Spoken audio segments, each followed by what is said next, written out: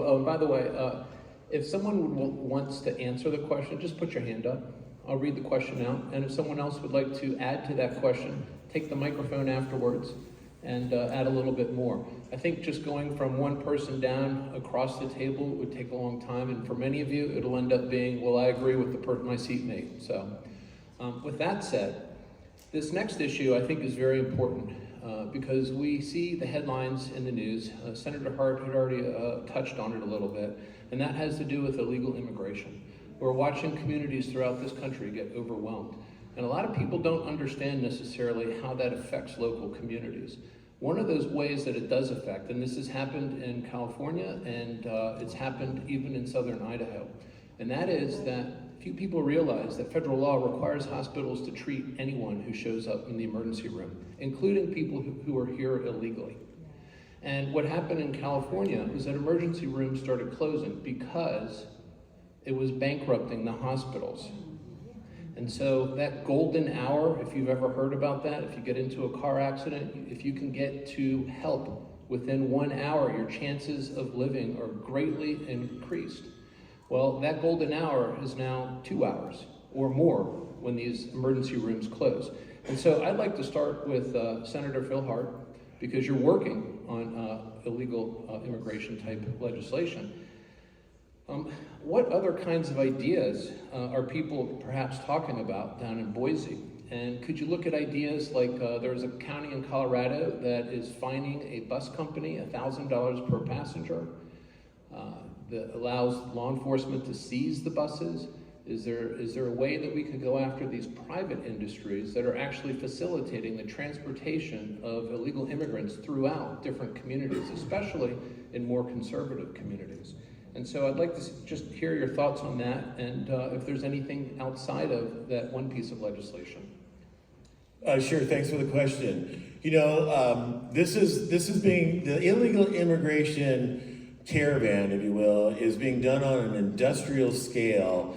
And typically, if you're from Asia or Africa, you're gonna fly into Ecuador and you're gonna work your way up through Latin America to our southern border. There's about 200 non-government organizations, we call them NGOs, that are facilitating that. A lot of their funding comes from, unfortunately, from the United States government.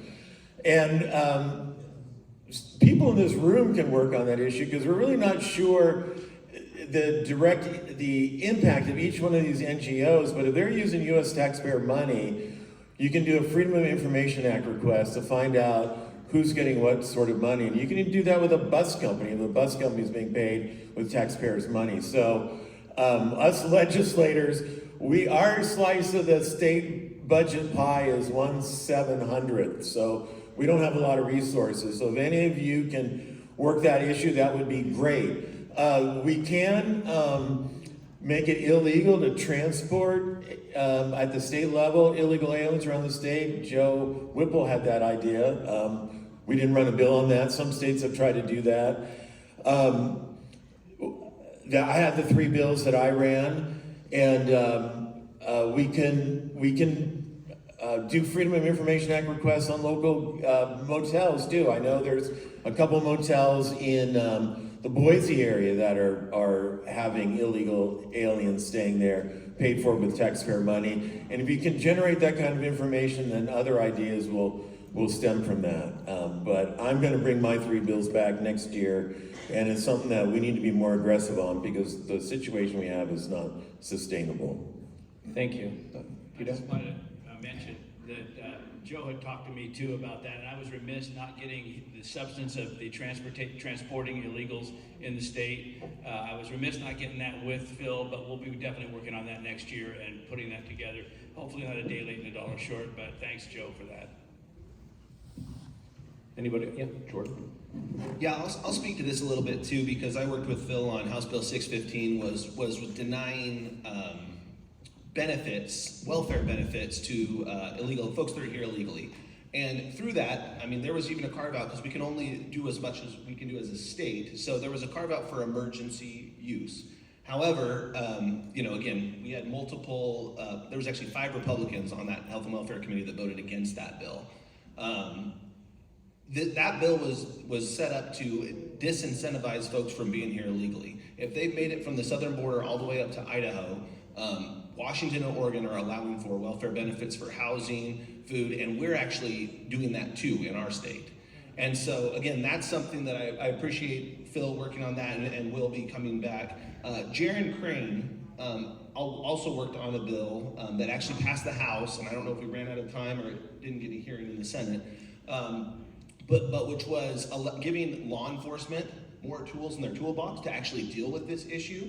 And our sheriff actually testified for that. I really appreciate him. I called him and asked him if he'd testify in favor of it, and he did, and it really helped the committee. So we got that, again, through the House. I just don't know if we ran out of time, but I think something like that will be coming back as well. So, Thank you.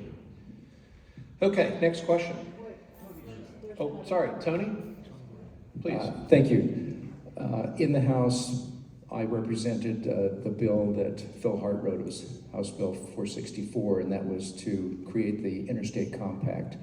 And during that testimony in the House hearing, the ACLU representative said, we don't have that big of a problem here in Idaho. We only have 35,000 known illegal aliens. And it's a stable population, and they're a good group of people. Now, I don't know how you can justify something like that, but there have been attempts over the last couple of years to actually give illegals driver's licenses. And that could lead to illegals actually using that identification to vote. And I think that is the intent. One of the things that Senator Hart mentioned was that this is a wholesale invasion of our southern border.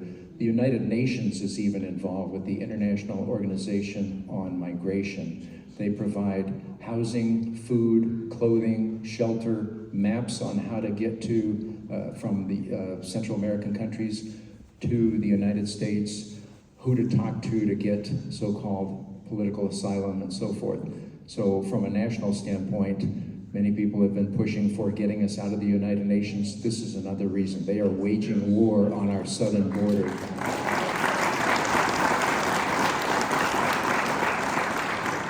You also have to realize that every state now is a border state.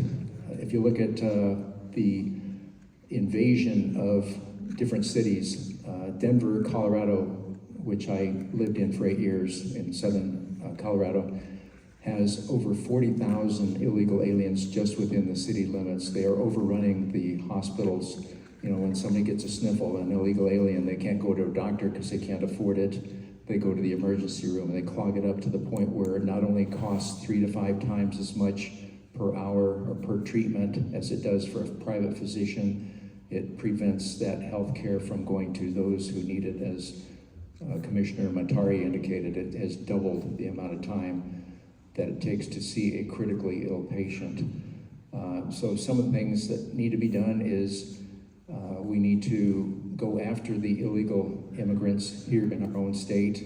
There's been a protection by the agricultural industry who claim that they need this. Now, there's two different issues. There's state security, and then there's the immigration issue. In California, there was the Braceros program back in the 70s, 80s, 90s. We need to reform our immigration system so that we can vet people coming in here who are here for legitimate jobs, get them to pay the fair share of taxes as opposed to just bleeding us dry with all the services that they get, housing, education, medical care, so forth. So there are things that we need to do in that regard. Thank you.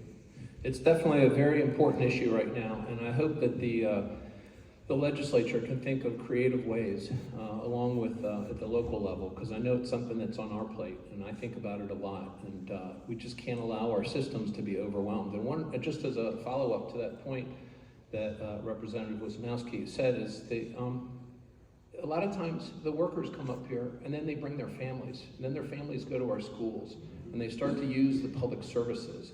And so it's just the entire systems get overwhelmed. And so we're really under a grave threat, in my opinion, on that one. So thank you all for what you're doing. Next question is, and again, we see this in the news a little bit